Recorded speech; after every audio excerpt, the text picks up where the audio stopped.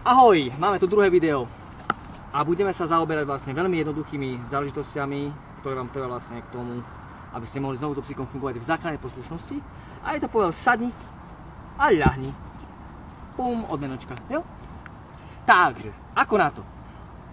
Zoberieme si odmenku, prípadne obľúbenú hráčku, prípadne maškrtu, ako len chcete. Ja mám párku. Veľmi dobrú, ktorá psovi chutí. Skúsim ho malinko namotkať na seba, tak aby cítil, že ju mám v ruke a dám mu ju. Nie som od neho zatiaľ nič. Opäť to zopakujem. Pekne ho potočím, aby bol so mnou. Výborný chlapec. Tak. Opäť, aby sa postavil na nožičky. Ako ale chcem mu dať ten daný povel sadni, tak vlastne spravím len pohyb rukou. Sadni. A môžem mu to pustiť alebo povedať z ruky. Dobre? Čiže ešte raz si to zopakujeme. Opäť si ho malinko namotivujem. Sadni. Stále držte pozornosť toho psa, to je veľmi dôležité.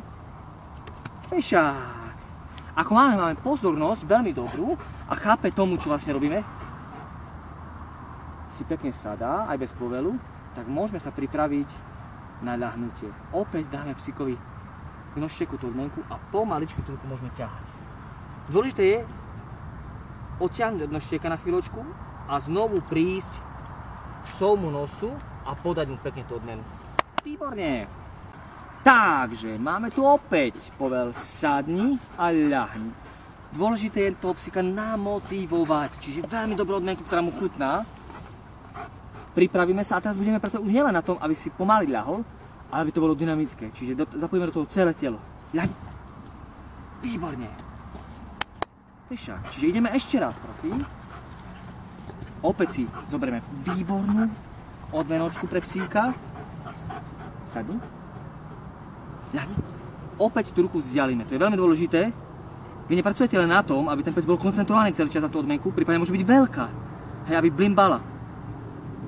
Vidíte, ak ten pes krásne pozerá celý čas na tú ruku, ako náhle to mám, môžem tú odmenku dať z ruky priamo takto.